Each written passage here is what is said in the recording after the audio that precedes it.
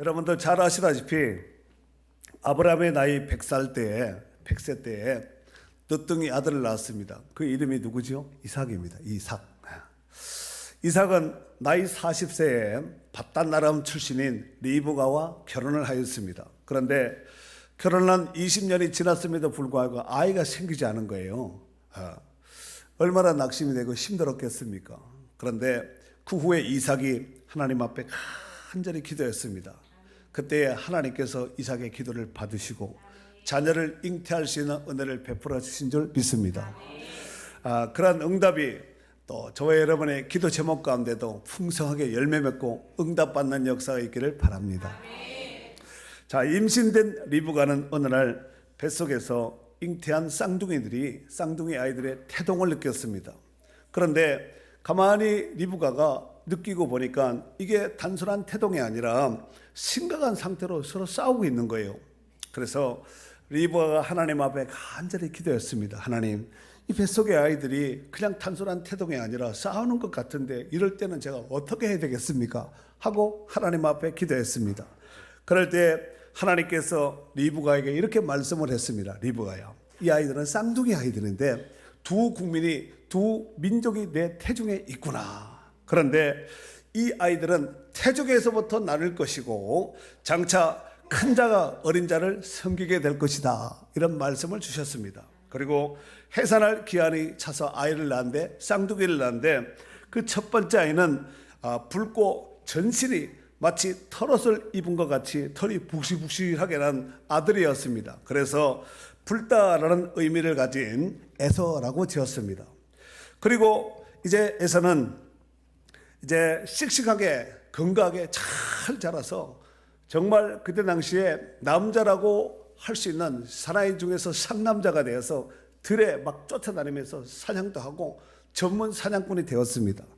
그 당시에 장자는 반드시 사냥을 해서 가족을 부양해야 될 의무가 있었습니다. 여러분, 장자, 장남은 가족을 부양해야 될 의무가 있는데 사냥을 잘하는, 쉽게 말해서 명사수니까 얼마나 많은 사냥을 했겠어요. 쉽게 말해서 에서는 육신적으로 사냥을 잘해서 가족을 잘 부양했다는 말씀입니다.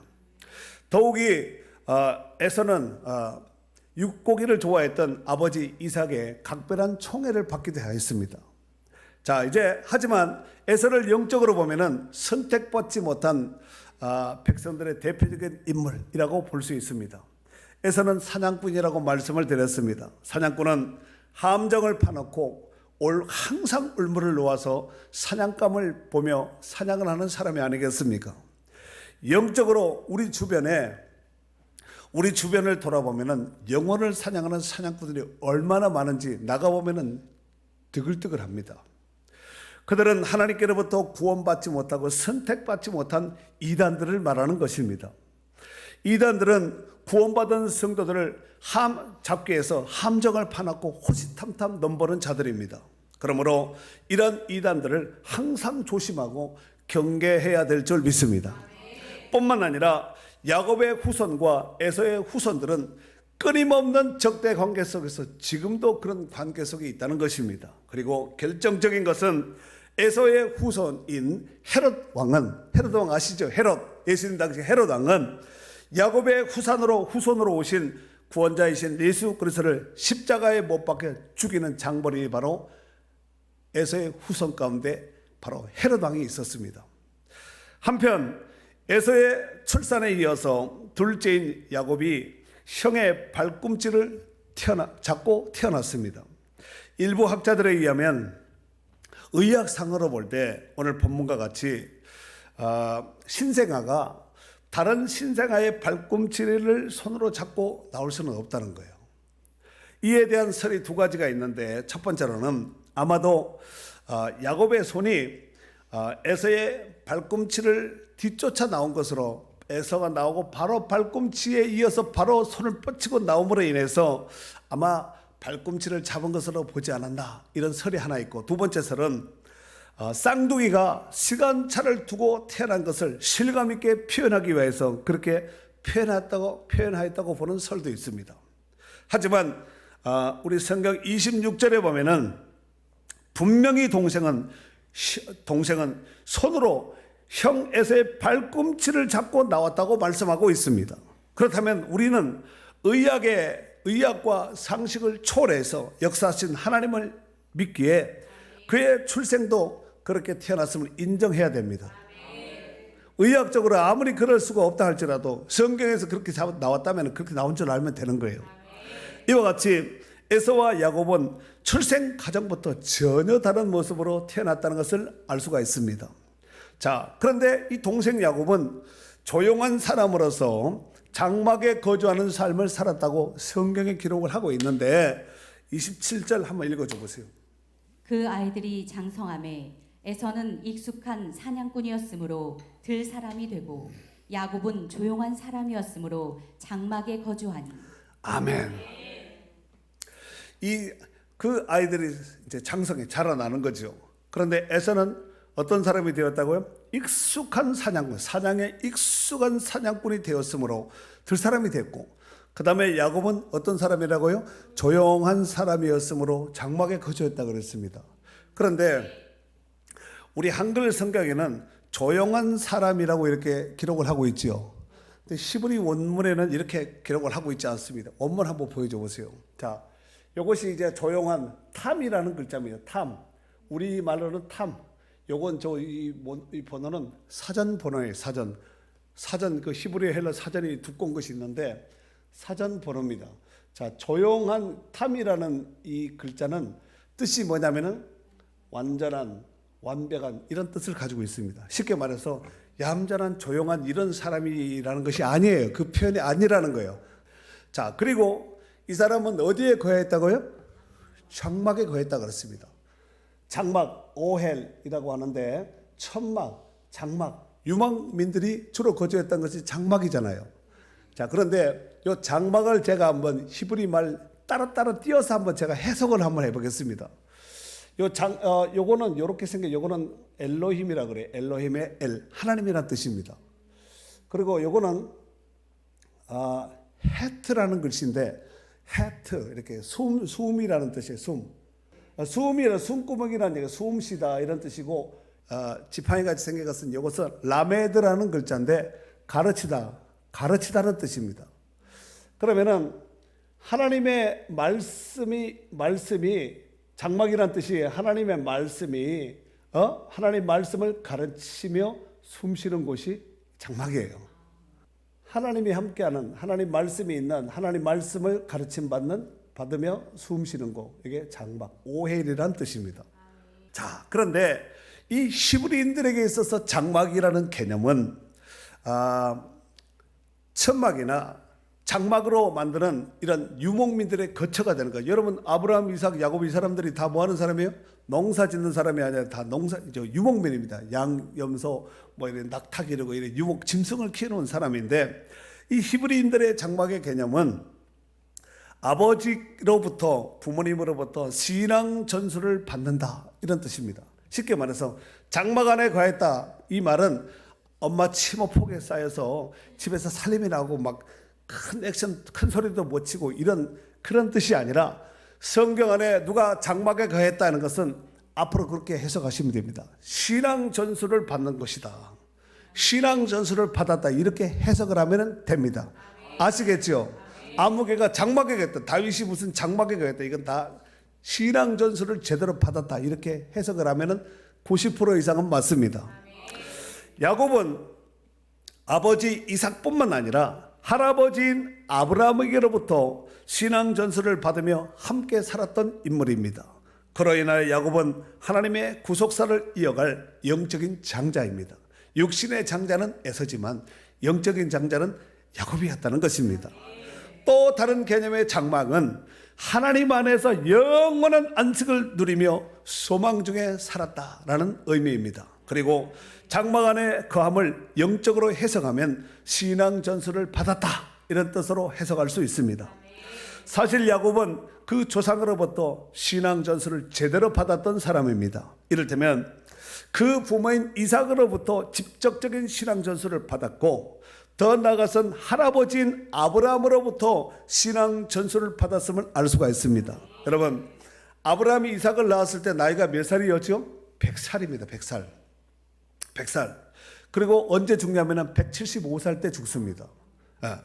그리고 이삭은 야곱을 몇 살 때 낳냐면은 60살에 낳았습니다. 40에 결혼했는데 20년 동안 불임이었다가 하나님 앞에 간절히 기도해서 20년 만에 응답받은 아들이 에서와 야곱입니다. 야곱은 할아버지인 아브라함과 아버지인 이삭으로부터 철저한 신앙 전수를 받았다는 것을 알 수가 있습니다. 자, 그런데 어느 날 29절 말씀에 보면은 에서가 들에서 사냥을 하고 어떤 모습으로 들어오냐면은 심히 피곤한 모습으로 집에 들어왔습니다. 집에 들어와서 딱 보니 동생 야곱이 맛있는 붉은 죽을 쓰고 있었습니다. 29절 한번 읽어줘 보세요. 야곱이 죽을 쑤었더니 에서가 들에서 돌아와서 심히 피곤하여. 아멘. 야곱이 죽을 쑤었더니 에서가 들에서 와서 심히 피곤해. 어떻게 피곤했어요? 심히 피곤했다는 거예요. 이 심히 피곤한 사람에게 뭐가 심히 피곤한 사람은 죽을 마시잖아요. 그러니까 죽을 먹어야 되는 거야. 그런데 이 심히 피곤하다는 말이 아예프라는 단어를 쓰는데 기운이 없는 지친 피곤한 이렇게 쓰여진 형용사입니다. 그러니까 완전히 막 그렇게 상태. 막 짐승 하나 더 잡으려고 해가 지기 전에 한 마리 더 잡으려고 얼마나 애를 쓰겠어요. 그러다 보니까 육신이 완전히 지쳐서 피곤한 상태입니다. 아시다시피 에서는 사냥꾼이라고 아까 말씀을 드렸습니다. 그는 들사람으로서 장막에 가는 자가 아니었습니다. 에서는 영적으로 목마른 인생으로서 세상 삶에 지쳐있는 지극히 약한 모습으로 지금 그렇게 상태로 지금 집에 들어온 것입니다. 그는 세상이라는 경쟁의 틀에서 육신의 먹고 사는 문제를 해결하기 위해서 이리 달리고 저리 달리면서 피곤해 지쳐서 기진맥진한 그렇게 상태에 있는 것입니다. 그런 그에게 먹을 것이 눈에 딱 들어오니까 어떻게 됐을까요? 그냥 한 방에 그냥 눈이 그냥 가버린 거예요. 그래서 에서가 먼저 야곱에게 이렇게 제안을 합니다. 동생아, 내가 지금 배고파서 죽게 됐으니 네가 지금 쓰고 있는 죽 좀 나한테 좀 먹게 해달라. 그랬더니 야곱이 그러죠. 그러면 형의 장자권을 나한테 팔아라. 다 주겠다. 그렇죠. 그랬더니 에서가 이런 말을 합니다. 내가 배고파 죽게 되었는데 장자권이 무슨 소용이냐. 네가 가져라. 이렇게 하죠. 그랬더니 야곱이 이런 말을 하죠. 형이 나한테 장자권을 넘겨주기로 그냥 이렇게 하지 말고 나한테 맹세해라. 다짐을 해라. 그랬더니 에서가 맹세하고 장자권을 넘겨줬습니다. 그 후에 야곱도 에서에게 떡과 함께 팥죽, 붉은 죽을 쓰고 있던 이 죽을 넘겨줬습니다. 에서는 배고픈 허기를 달래기 위해서 정말 허겁지겁 그 음식을 먹었겠지요. 자, 그리고 오늘 이제 메인 본문이에요. 34절. 이건 다 같이 읽도록 하겠습니다. 34절.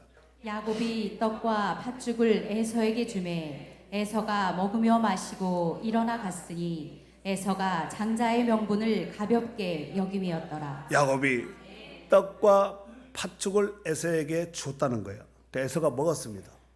그리고 먹고 마시며 일어나 갔으니 에서가 장자의 명분을 어떻게 여겼다고요? 가볍게 여겼다는 거죠. 가볍게 여겼다는 말을 우리말로 표현하면은 너무 경홀하게 함부로 여겼다는 거예요. 요 창세기에 나와 있는 창세기 25장에 나와 있는 이 말씀, 오늘 본문의 말씀이 신약 성경 저 뒷공문에 있는 히브리서 기자는 뭐라고 말씀하고 있냐면은 히브리서 12장 16절 17절 한번 읽어줘 보세요. 음행하는 자와 혹 한 그릇 음식을 위하여 장자의 명분을 판 에서와 같이 망령된 자가 없도록 살피라.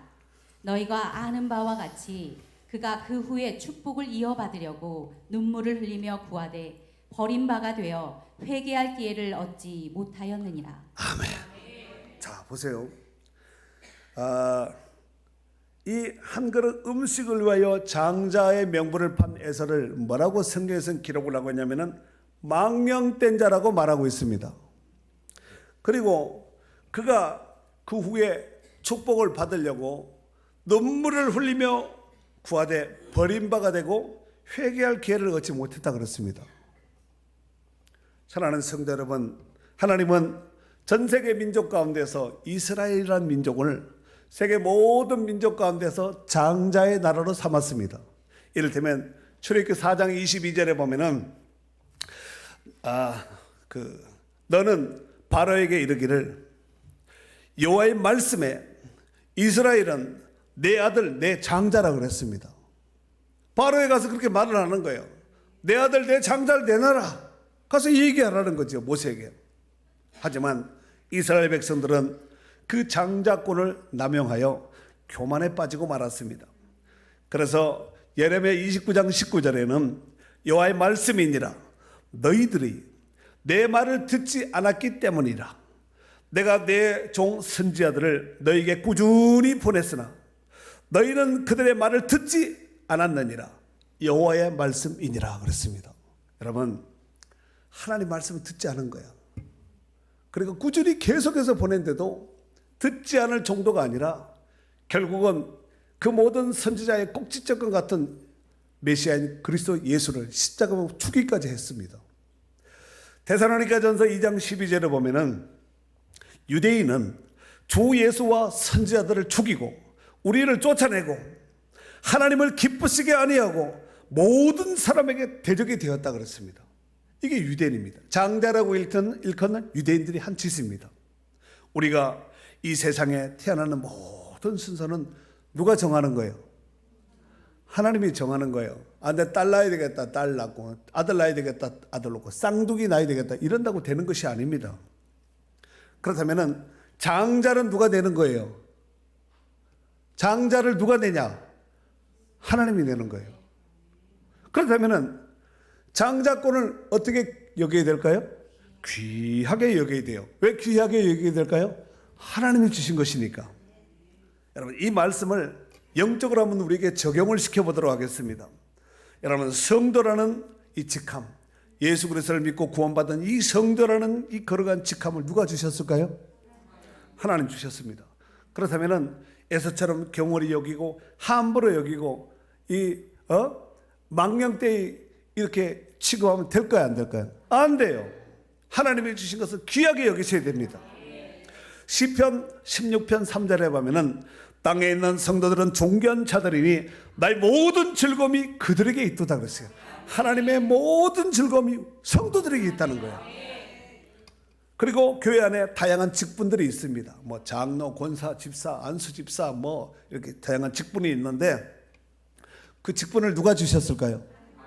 목사가 준 것이 아니라 하나님이 주신 것이에요. 그렇다면 그 직분을 어떻게 여겨야 될까요? 귀하게 여겨야 됩니다. 디모데전서 1장 12절에 보면은 사도 바울이 이런 고백을 합니다. 나를 등하게 하신 그리스도 예수 우리 주께 내가 감사함은 나를 충성되이 여겨 내게 직분을 맡기심이니 그랬다는 거예요. 여러분, 직분을 맡으신 분들은 귀한 직분 맡은 거예요. 회사 사장님, 무슨 이사, 이런 세상에서 어떤 그 위치에 있는 본부장, 이런 사람만 귀한 것이 아니라 본부장 100개, 1000개 보다가 성도가 더 귀한 직분이에요. 하나님께서 보셨을 때는. 장로, 권사, 전도사, 목사, 이런 직분, 직임이 하나님이 주신 것이기 때문에 귀하게 여겨야 된다는 거예요. 여러분, 직분 받은 분들 여러분 귀하게 여기고 있어요? 안 귀하게 있어요? 귀하게 여기면 자기가 맡긴 사명도 귀하게 여기셔야 됩니다. 한 번 더 물어보겠어요. 교회 안에 다양한 사역들이 있습니다. 그런데 이 사역을 누가 맡겨줬어요?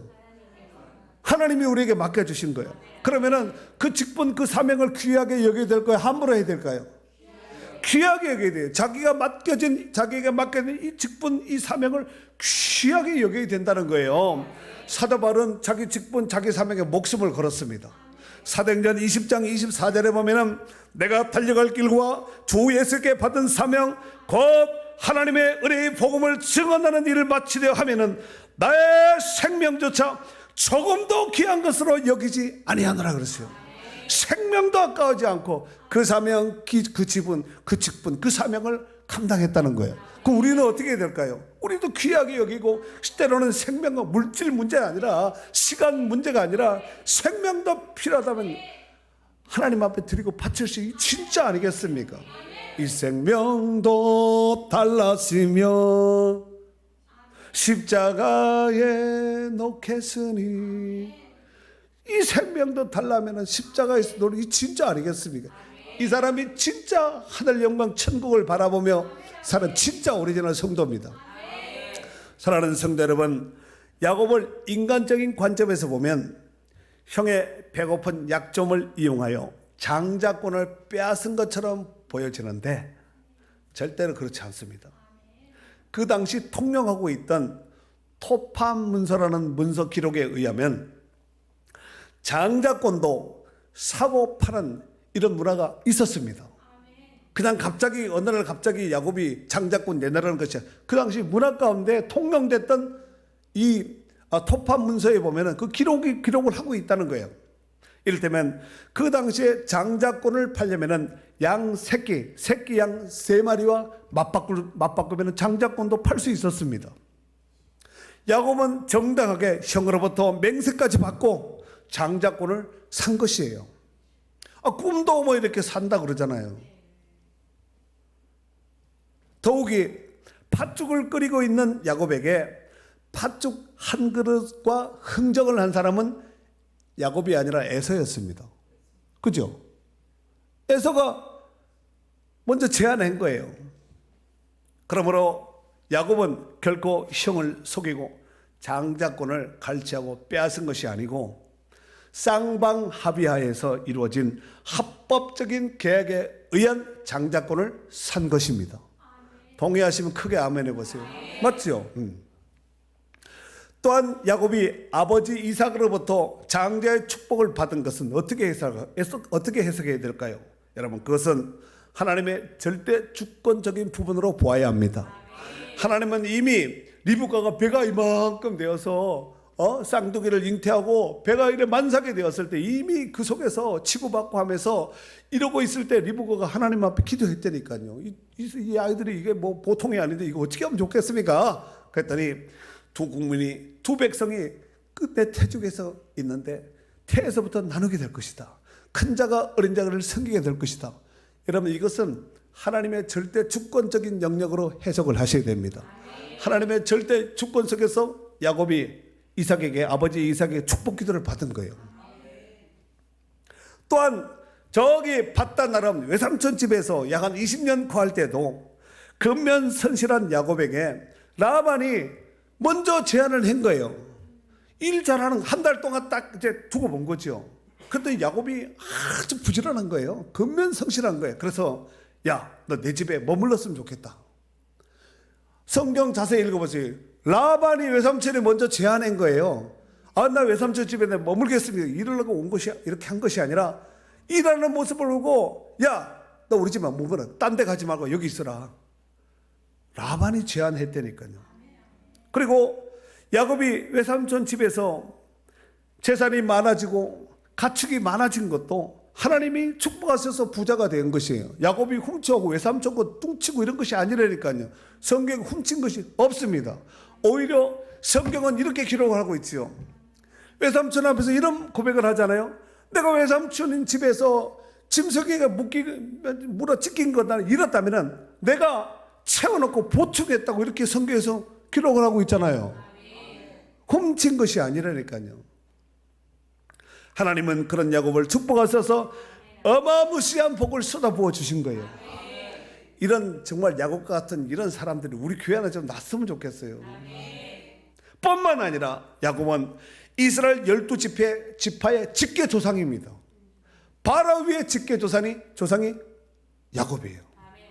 뿐만 아니라 그의 후손으로 온 인류의 구원자이신 예수 그리스도가 태어난 거예요. 이라고 하는데 야곱은 복주의 복을 받은 이 세상 가운데 축복의 통로가 된 사람인 줄 믿습니다. 그리고 하나님은 약복 강가에서 야곱의 이름을 개명시켜 주지요. 무엇으로? 이스라엘로. 야곱이라는 그 뜻은 도둑놈, 찬탈자, 빼앗는 자 이런 뜻을 가지고 있습니다. 그 이름대로 살은 거예요, 지금까지.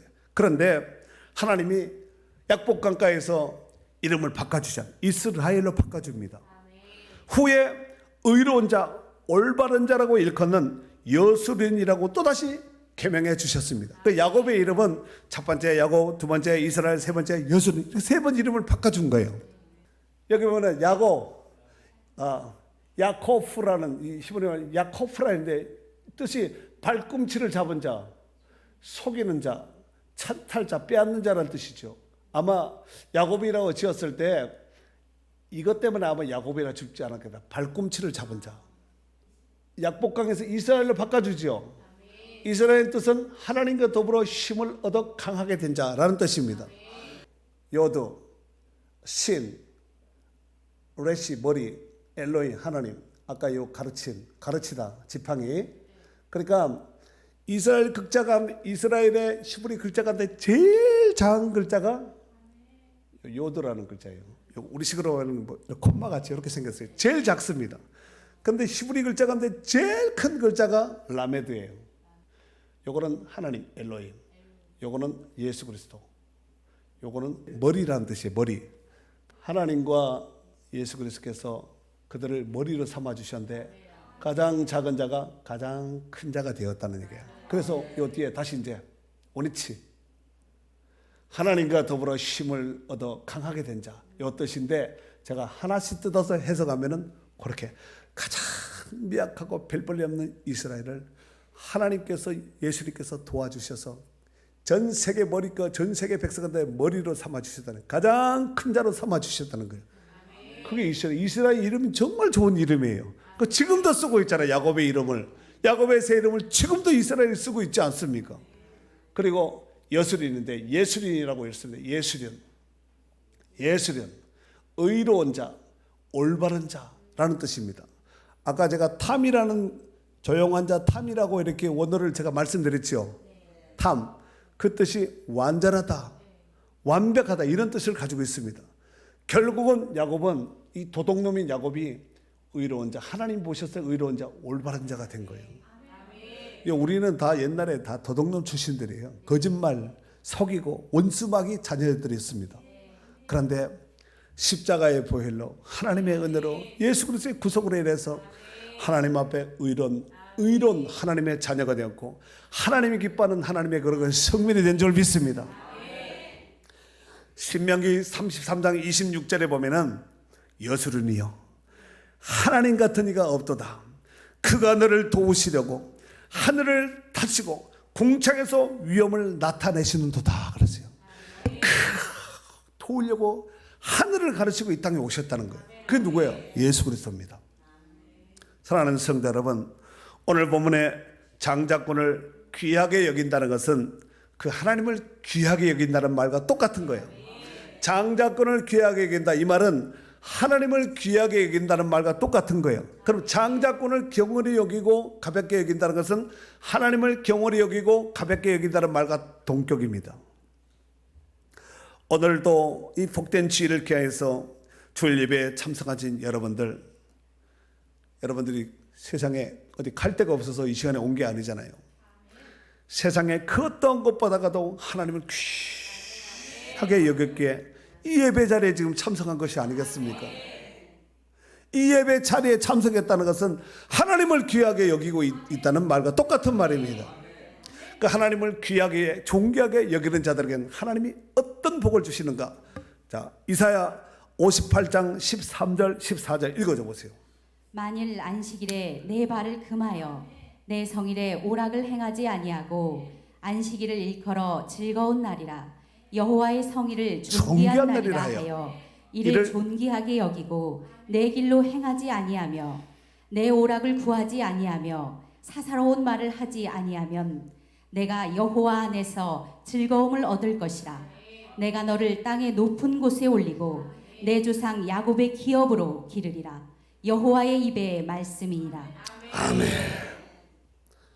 여호와의 성일을 존귀한 날이라 하고 이를 존귀하게 여기고 내 길을 세상 길로 가지 않는다고, 오락을 구하지 않고 사사로운 말을 하지 않으면 여호와는 즐거움을 얻는다는 것입니다.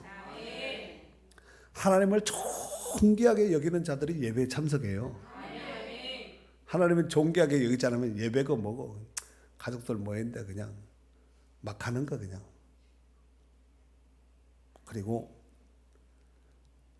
하나님을 존귀하게 여기지 않는 사람은 무슨 성일이냐고, 무슨 예배냐고, 바빠서 돈 벌러 가야지, 사냥하러 가야지, 그렇게 상태로 오는 거죠. 지쳐가지고 그렇게 상태로. 여러분, 에서가 사냥하면서 짐승 잡으려고 그 벌판을, 그 광야를, 그 숲속을 얼마나 달리고 함정 파놓은 거 확인하고 점검하고 이러고 다니지 않았겠습니까? 우리 시골에서 올무 나봐서 아시잖아요. 돈 잘 보고 젊다고 힘 있고 능력 있다고 일 잘한다고 피곤하지 않아요? 다 지치는 거예요. 그러나 하나님은 지치지 않습니다. 피곤한 자에게 힘을 주시고 무능한 자에게 능력을 주셔서 걸어가도 달려가도 피곤치 않고 곤비치 않은 그 힘을, 그 에너지를 누가 주냐면은 하나님이 주시는 거예요. 여러분들이 지금 말씀을 통해서, 예배를 통해서 오늘 그 에너지를, 하늘 내부 에너지를 지금 마치 핸드폰 충전하듯이, 인풋하듯이 그 충전받는 시간이에요. 그 충전 없이 세상에 나가서 어떻게 살겠습니까? 그 충전 없이 세상에 나가서 뭔가를 하는 것은 자기 힘으로 다 사는 에서 같은 사람이에요. 그러나 야곱은 끊임없이 아버지로부터, 할아버지로부터 철저한 신앙 전수 받아서 결국은 이런 대박적인 큰 일을 하잖아요. 신앙 전수 받은 사람이 민족과 시대를 움직이는 사람입니다. 사무엘상 2장 30절에 보면은 나를 존중히 여기는 자를 내가 존중히 여기고 나를 멸시하는 자를 내가 경멸하리라 그랬습니다.